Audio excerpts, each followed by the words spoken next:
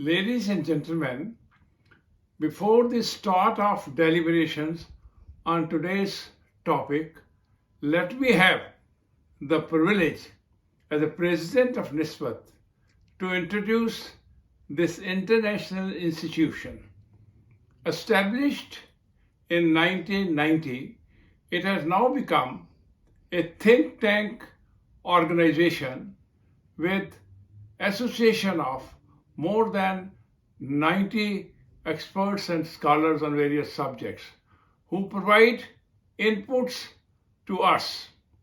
Our forum has conducted a number of webinars and interactive sessions which have received massive response. I am sure our session today would be of great interest to you all. Thank you.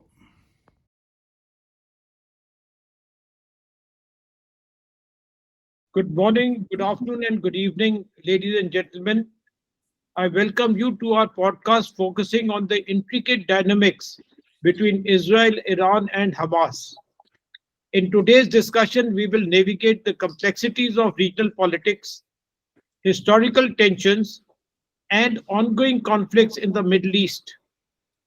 Join us as we delve into the heart of this multifaceted relationship and strive to shed light on its significance in the global arena. We have two very eminent speakers today, Major General Dhruv Katoch and Major General Deepak Mehta. I begin by asking General Dhruv Katoch, what strategic interests does Iran have in supporting Hamas? Thank you, Pawan. Pawan, before I want to get into that, just a slight, I want to give a brief background. What has happened on 13th of April when Iran attacked Israel directly? I think for the first, a strategic Rubicon has been crossed, which is going to have wide ramifications, not only between the relations between these two hostile powers, but also in West Asia and in very large parts of the globe. Now, when we look at what has happened, please realize that as far as Israel is concerned, they have been waging this battle for a very long time. It is not something which is new. They had the security zone war from 1985 to 2000. They were fighting the Islamist insurgency from 2000 to 2004. That's also called the Second Intifada. Then we have the war of 2006, the various campaigns in Gaza, which culminated in the war that began on 7th October when 1,000 plus Israeli civilians were killed. And then now we have for the first time the Iranians, which were earlier acting by proxy, choosing to dispense with the maintenance of deniability and confronting Israel head-on the 13th of April. Now, Tehran has been engaged for 40 years in a campaign of indirect war against this Jewish state. That is a historical fact. Coming down to your question, the roots of this campaign precede the Islamic Revolution of 1979, because that is really when it started. For the revolutionaries who came to power in Iran that time, they were committed to one particular ideological fact. They wanted the return of Jerusalem to the Islamic rule. And then they formulated a policy which many people are very aware of, especially in India and in the military. They started the policy, what they call the 1,000 cut strategy. And they started this in 1982. Now, we Indians are well conversed with what Pakistan was trying to do with the 1,000 cut strategy. But this was started by the Iranians using proxies in 1982. And as I told you, the basic aim was to get Jerusalem back to the Islamic fold. That was the sum total. And, being an religious and ideological movement, that is where it began. And the Ayatollah was totally committed to it. That is where the roots of hostility between Iran and Israel. Prior to that, during the Shah's regime, the US and Iran had very friendly relations. And the relations also between Israel and Iran were very healthy. But the changeover has now taken place. Now, because of this laid the foundation of what we call, the Lebanese, the Hezbollah, which actually came up, and its launch of insurgency against Israel. That also started during this time. So when we are looking at this proxy war which is taking place, we find the Iranian revolutionary group, the groups, the IRG the IRG Corps, which is called Iranian Revolutionary Guards Corps, and the Expeditionary Quds Force. Now, these are the two people who were the instruments being used by the Iranian state to promote this proxy war. And why I'm saying Iran, because they were doing all this by proxy, and they had control, they had de facto control of certain territories of Arab land, where, of course, the rulers of the respective Arab countries, but de facto control over these areas due to the military force and due to elements like the Hezbollah was with the Iranians, and they were being used. Now, we had 4 decades of this war. This continued, this proxy war continued, and this enabled Iran to carry out operations in Yemen, in Iraq, in Syria, in Lebanon, and in Gaza. And if you look at the map, 3 of these countries, Iraq, Syria, and Lebanon, they together constitute the landmass which separates Israel from Iran. So Israel has two proxy enemies, which are countering it. That is the Hezbollah to the north, and Lebanon in the north, in the Lebanon, and Hamas, which is to the south in Gaza. And both of these are the proxies of Iran.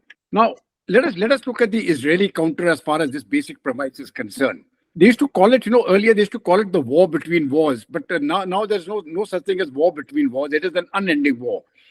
And covert operations, which Israel was using earlier, they were very focused on covert operations, intelligence operations by SF and all that. But I think finally they got fed up. And when we look into the attack on the 1st of April against the Iranian, the IRG Guards commander, General Zahedi, I think that was a part of the Israeli system where they said, okay, we will become overt now.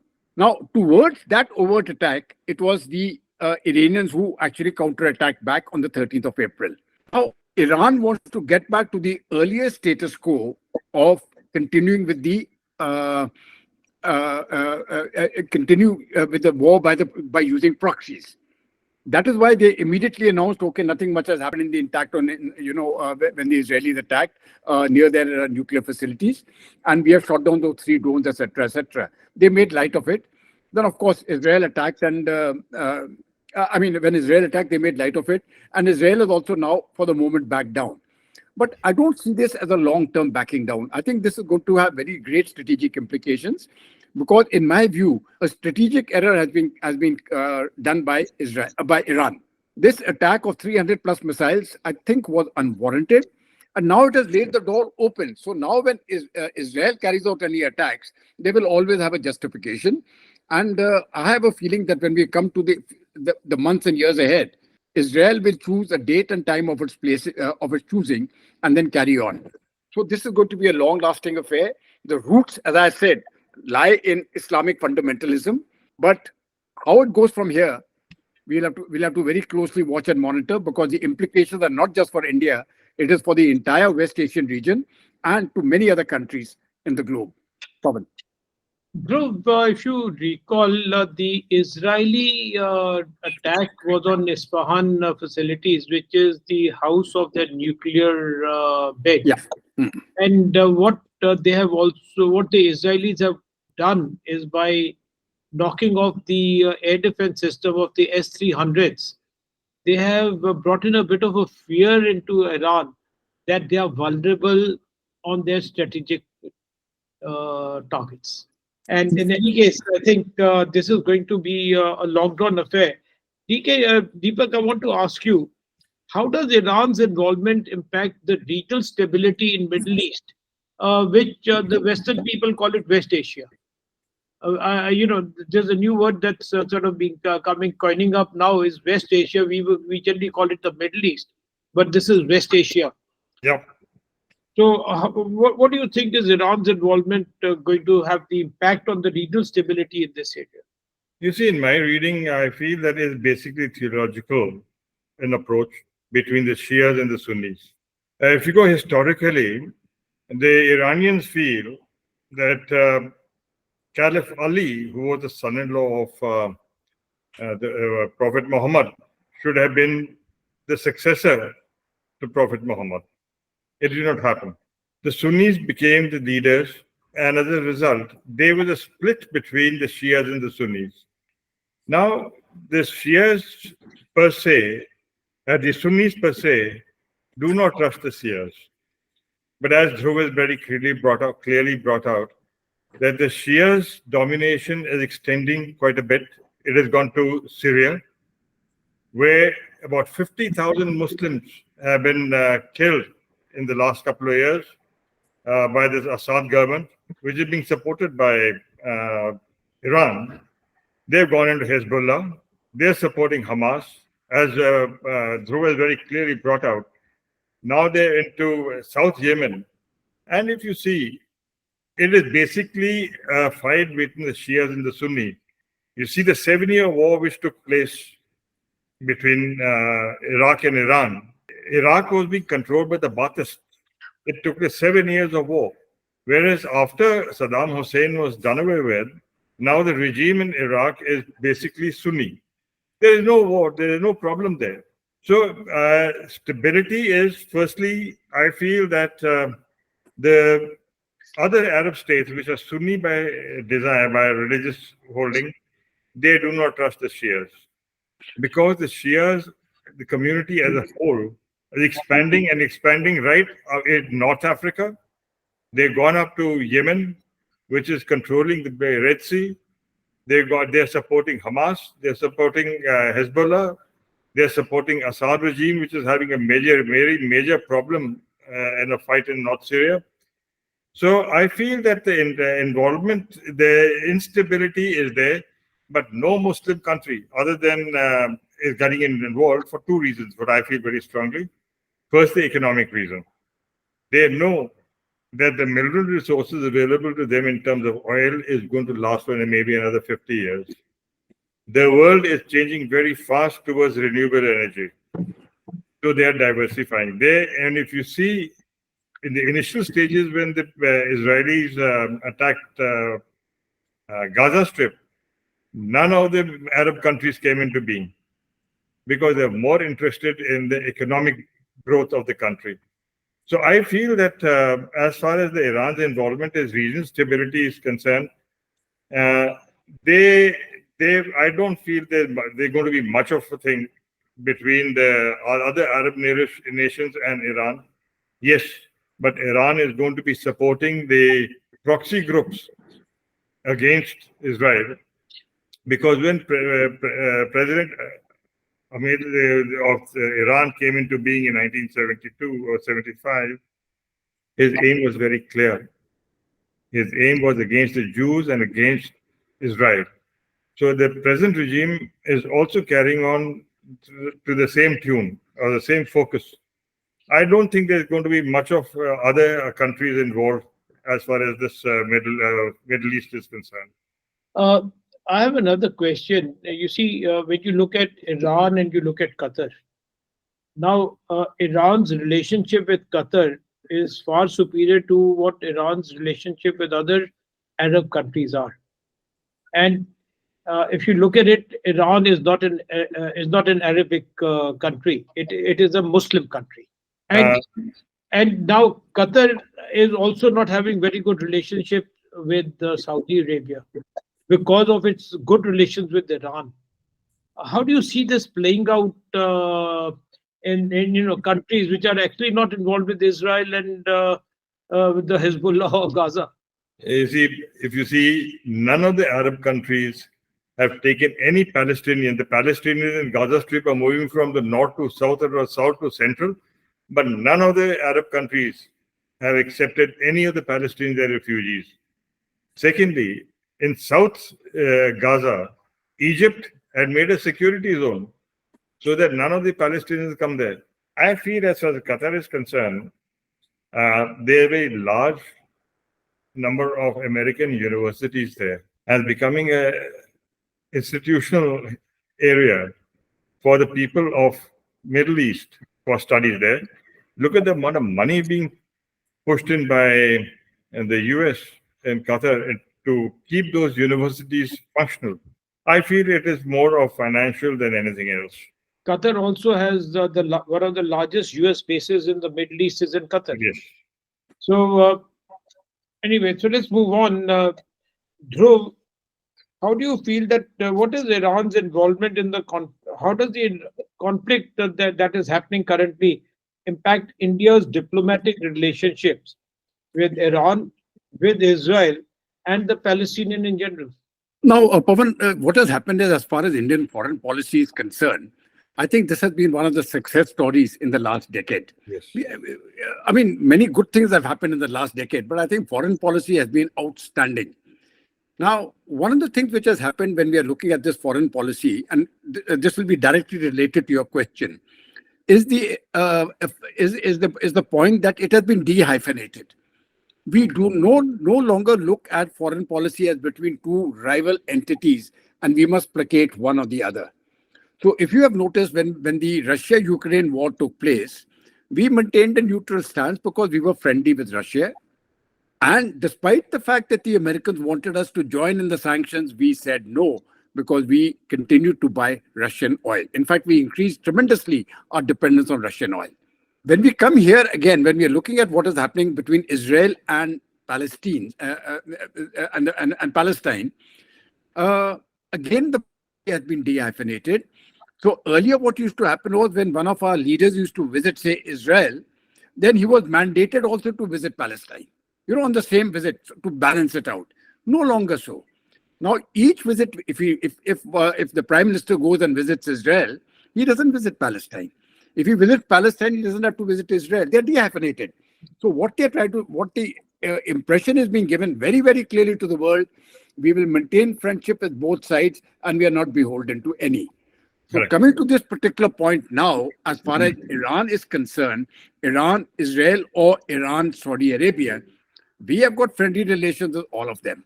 So when it comes to the Iranian conflict with Israel, we have maintained a neutral stance. And the stance has been, listen, we want peace to prevail. Please get to the table and talk. But remember when it came to Hamas and Israel, when they carried out that dastardly attack, killing 1,300 civilians, then the Prime Minister, no less, came up and stated that this is a terrorist attack. It was a terrorist attack. So there is a clear difference. And he said that we support the Israelis on this. Yes, absolutely. So that was very clear. But when it came to the attack by Iran on Israel, he maintained a neutral stance because now there are two independent countries, both UN members, who have a point of difference. So the way that has to be resolved is in the negotiating table. So by maintaining a neutral stance, and it is a very fine, it's a very fine balancing act.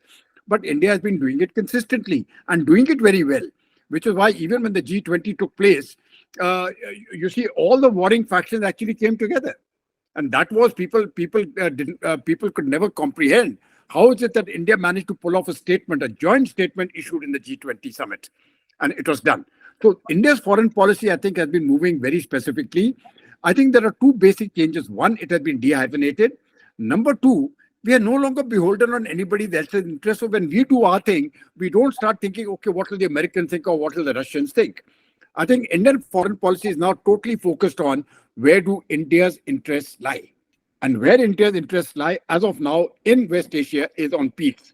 And I think that is the way we are going. So I think India has navigated this path brilliantly well, both at the Prime Minister's level and also by the External Affairs Minister and the diplomats under him.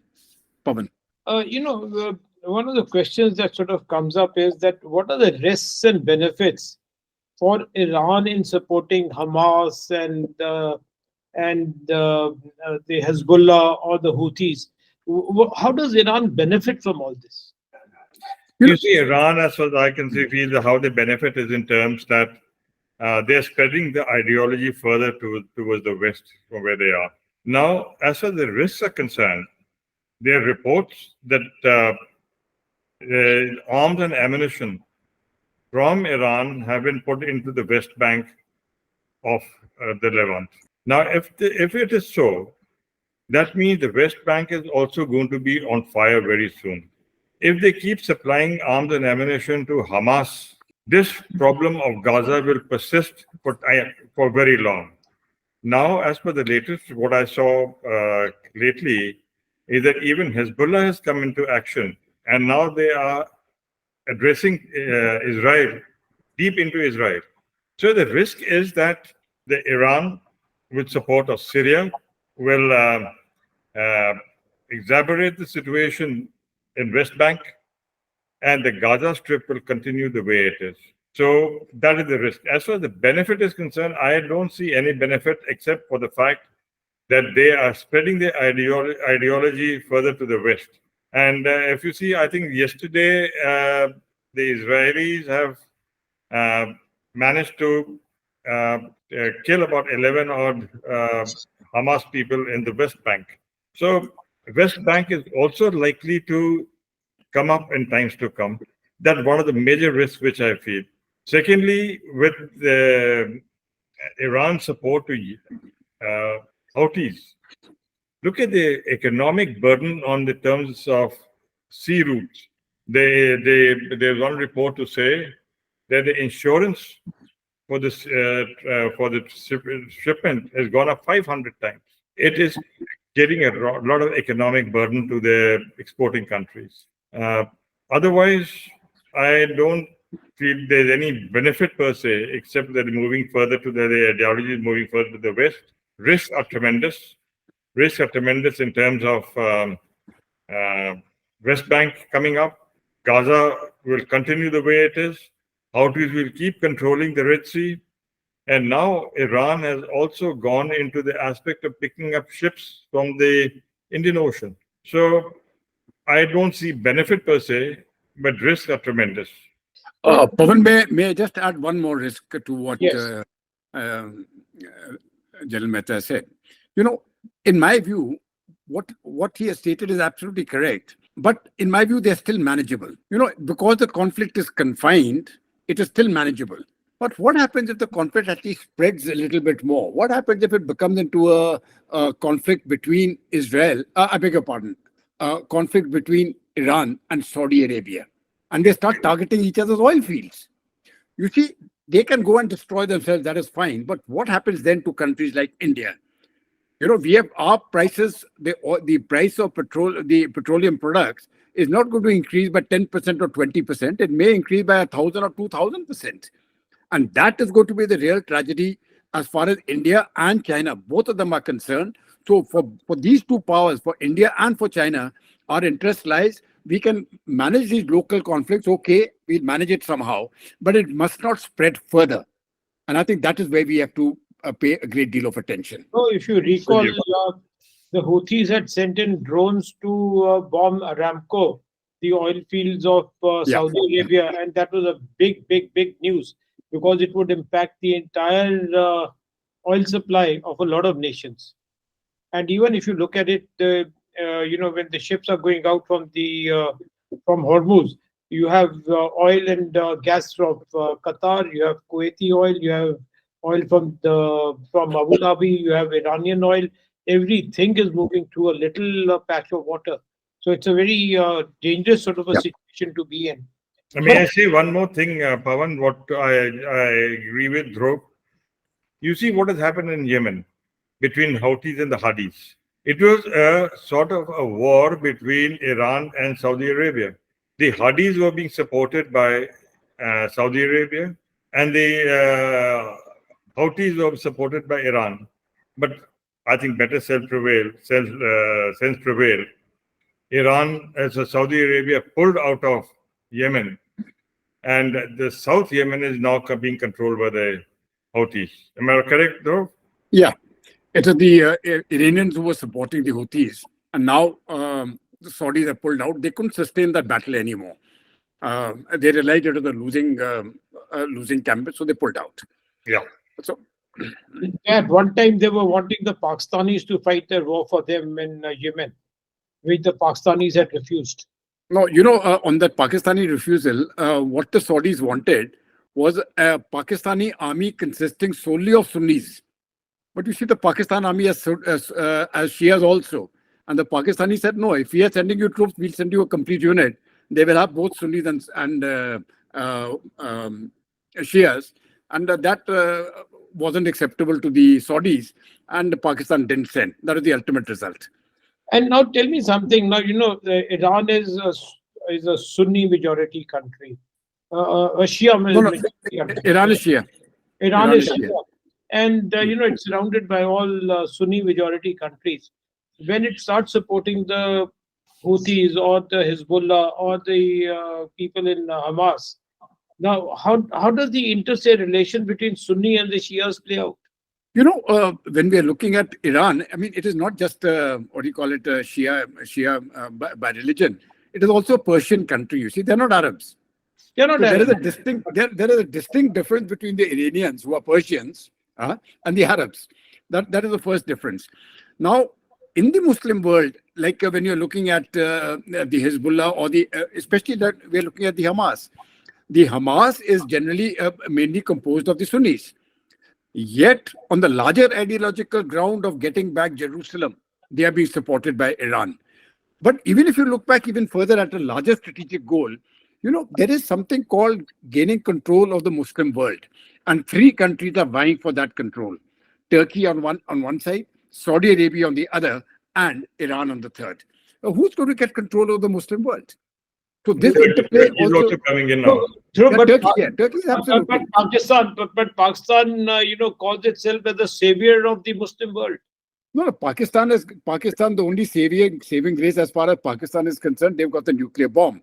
But otherwise, nobody is taking them seriously. Not the Saudis, not the Turks, and neither does Iran, because Pakistan is a bankrupt country. So they have got a population, 200 plus million people. They've got the nuclear bomb. But besides that, they've got nothing. So nobody's taking them seriously, though in Pakistani perception, they would like to be the leaders of the Muslim world, but that is not going to happen. The Saudis have got control of the holy mosque. The Turks were the erstwhile masters. The Iranians want to wave the Shia flag. Now, who's going to get that control? I think this is going to be a very interesting phase of events. Neither of them is going to get control. But the point is that effort towards that end will continue. Okay, now as we sort of let's move on to the conclusive part of the podcast. What are the potential implications of Iran's involvement in the conflict for India's energy security, and economic interests in the region? Now, there are two things as far as India is concerned. One is, of course, our supply of energy. Now, this supply, as of now, is not affected, is not impacted, because we are not getting any supply of energy from Iran per se. But the question is, should it open out and Iran start supplying us, then of course we are in a far better situation. So as of now, if the conflict is confined at the present level, as I mentioned earlier, I don't see any major problem as far as the energy situation is concerned. But the second point is that with this hostility, you've got a large number of people working in the Gulf, and what happens if the conflict really starts spreading and those people are forced to come back? So the amount of remittances which come, the amount of additional jobs required in India to get, to look after those people, that is going to be tremendous. But above all, if the major conflict broke out, as you had mentioned, the way the drone attack took out Aramco, and Aramco was shut down for 1 month. 50% of the oil production fell. Now, what happens if that continues in a state of war? In that case, I think we are going to be very, very severely impacted in energy supplies. But at the present rate of conflict, I think as of now, I think we are okay. The insurance cost certainly from Europe has escalated tremendously, because that is the route via the Red Sea. Now it is coming via the Cape. But beyond that, I think India is in a position to manage the present situation at the present levels. And we will put in all our effort, as will China and the United States, to actually maintain a level of stability in West Asia. Otherwise, all of us stand to lose. Pavan. I'd like to thank you both for a lovely dialogue that we've had. And as we wrap up our conversation, it is clear that the Iran-Hamas-Israeli dynamics are deeply intertwined with broader geopolitical currents. Despite the challenges, understanding these relationships is crucial for grasping the region's complexities.